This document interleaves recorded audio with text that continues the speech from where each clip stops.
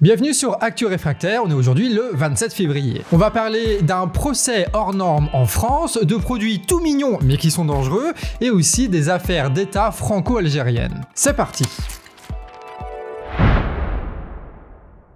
Alors, tu as peut-être capté qu'il y a en ce moment une crise diplomatique entre l'État français et algérien, et comme tout le monde, peut-être que tu comprends pas grand-chose. Et c'est tout à fait normal, puisque les journalistes, dans tous les sens, ils font que gueuler pour compliquer tout ça. Alors que le truc, c'est déjà un sac de nœuds, donc t'as pas besoin de le rendre plus confus que ça, en fait. Bon, pour comprendre ce qui se passe, installe-toi confortablement, on va tout expliquer. Pour commencer, il n'y a pas d'événements majeurs qui ont déclenché la crise, mais une succession de petits événements qui ont enflé la tension qu'il y avait déjà entre le pouvoir français et algérien depuis plusieurs mois. Alors on va faire la liste. Le 1er août, t'as Macron qui envoie une lettre au roi du Maroc pour lui dire que le Sahara occidental est marocain. En fait, c'est un petit bout du Sahara qui est en face de l'océan Atlantique et qui a des frontières avec l'Algérie et le Maroc. Et ce petit bout de terre, il appartient à personne, puisqu'à l'intérieur, tu as un peuple qui revendique son indépendance et qui est soutenu par l'État algérien. Mais l'État marocain, lui, revendique la souveraineté sur ces terres et de fait, il a déjà colonisé 80% du territoire. Donc là, tu commences un peu à voir le bourbier dans lequel Macron a foutu son nez. Quelques mois plus tard, ce même Macron, il va au Maroc, il récidive en confirmant que selon lui, le Sahara occidental devrait être marocain. Le deuxième truc, c'est l'arrestation de l'écrivain franco-algérien Boualem Sansal. Il a été mis en prison par l'État algérien pour atteinte à l'unité nationale et aux institutions de l'État. Du coup, c'est assez inquiétant pour ce qui est de la liberté d'expression en Algérie, puisque le vieux monsieur de 75 ans a été emprisonné pour ses propos. Du coup, c'est quoi ces propos exactement ? Voilà. Alors, la France n'a pas colonisé le Maroc. Pourquoi ? Mais parce que c'est un grand État.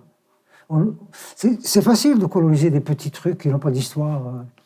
Mais coloniser un État, c'est très difficile. Donc le pouvoir algérien n'a pas supporté que l'écrivain qualifie l'Algérie de petit truc sans histoire et l'a emprisonné. Alors que bon, quand même de base, tout le monde devrait avoir le droit de dire ce qu'il veut de son pays et de son histoire. Par contre, vous avez remarqué, ça parle encore du Maroc. Alors c'est quoi ce truc avec le Maroc ? Ce truc, c'est que le Maroc est en train de devenir un énorme terrain d'enrichissement pour les industriels français. Et oui, en octobre, Macron, il est parti au Maroc avec toute une escadron de bourges. Dedans, il y avait Total Energy, Safran, Alstom, Engie et plein d'autres industriels. Résultat, le royaume a commandé 168 trains à Alstom pour 2,8 milliards d'euros. Ce qui permet évidemment au groupe de faire tourner sa machine de production, d'écouler ses marchandises et de verser des énormes salaires, des énormes dividendes pour les directeurs et les actionnaires. Du coup, Macron, il a bien joué son rôle de représentant du commerce. Et ça a été accompli en flattant les petits intérêts de l'impérialisme régional du pouvoir marocain. Tout ça au bénéfice donc de l'État marocain pour les industriels français,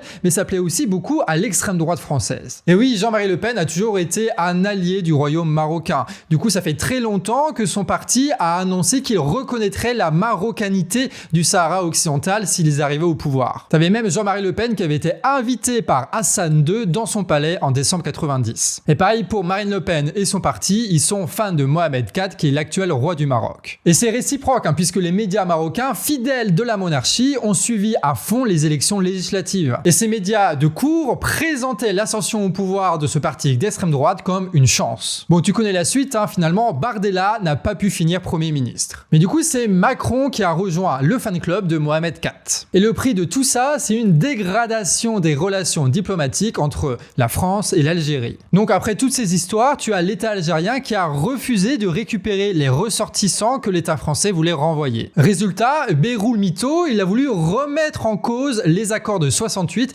qui régit les conditions de séjour et de travail des Algériens en France. Bref, vous l'aurez compris dans cette histoire, c'est une escalade entre l'État français et l'Algérien qui monte d'un cran de tension en utilisant tous les leviers qu'ils ont à disposition sous la main. Puisque les industriels et les dirigeants français veulent s'allier à la monarchie marocaine, de l'autre côté, l'État algérien fait barrage pour éviter la montée en puissance de l'État et l'économie concurrente. Voilà, on a essayé de creuser le sujet sans revenir sur tous les débats médiatiques, donc dis-nous en commentaire si grâce à ça, cette histoire l'histoire s'est éclaircie. Allez, on va continuer avec une information pas très joyeuse, mais vous allez voir assez importante. Il y a une semaine a commencé le procès des geôliers de l'État islamique. Pendant cette première semaine d'audience, il y a eu 11 ex-otages qui ont témoigné à la barre. Les faits, ils ont eu lieu en Syrie à partir de 2012, dans la région occupée par le groupe terroriste. Et les victimes, c'est principalement des journalistes de plein de pays différents. Mais ils ont tous en commun d'être tombés entre les mains de l'État islamique pendant leur reportage. Et les témoignages qu'ont livrés les rescapés, ça a documenté le système de concentration géant. Et tout ça se trouvait dans les sous-sols de l'hôpital d'Alep. Bon, comme d'habitude ici, on vous passe les détails, mais c'est tout comme un système de concentration. Il faut vraiment avoir ça en tête. Ça fonctionnait en déshumanisant les prisonniers par la faim,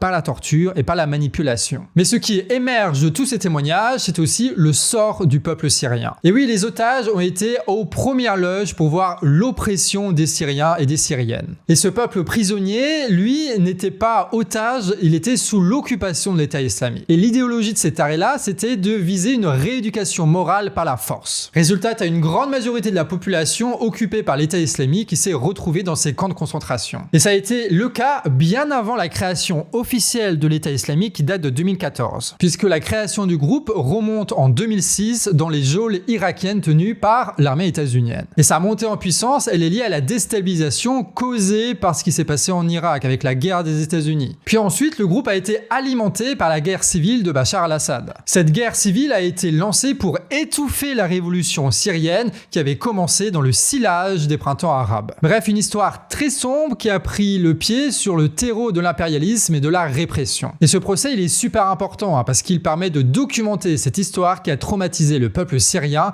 et tous les autres otages qui ont eu le malheur de tomber dans les prisons de l'État islamique. Allez, pour une fois, on va vous parler de fleurs et après, vous aurez envie de tout sauf d'en acheter. Et oui, UFC Que Choisir révèle une contamination massive de ces fleurs par les pesticides. Et certains de ces pesticides sont carrément interdits en Europe. Et 100%, pas à 80, 100% de ces fleurs testées sont contaminées. On a jusqu'à 46 pesticides différents dans un même bouquet. Toutes ces substances contiennent des cancérigènes et des perturbateurs endocriniens. Et ça, c'est parce que tu as aucune réglementation qui limite le nombre de pesticides dans les fleurs coupées. Alors que 80% sont importés des pays autorisant encore l'usage de pesticides ultra toxiques. Du coup, le danger, il pèse sur les consommateurs, mais aussi sur les professionnels qui sont tous les jours en contact avec ces fleurs. C'est là-dessus qu'on termine. Merci à tous ceux qui ont donné de la force hier à Apple pour sa première actu réfractaire, ça fait plaisir. Aujourd'hui, c'est Nico qui s'est occupé de l'écriture et Pixel, il était au montage. Et nous, avec Betsy, on a essayé de vous faire une miniature et un titre. Voilà, j'espère que ça vous a plu. Sur ce, des bisous et à la prochaine.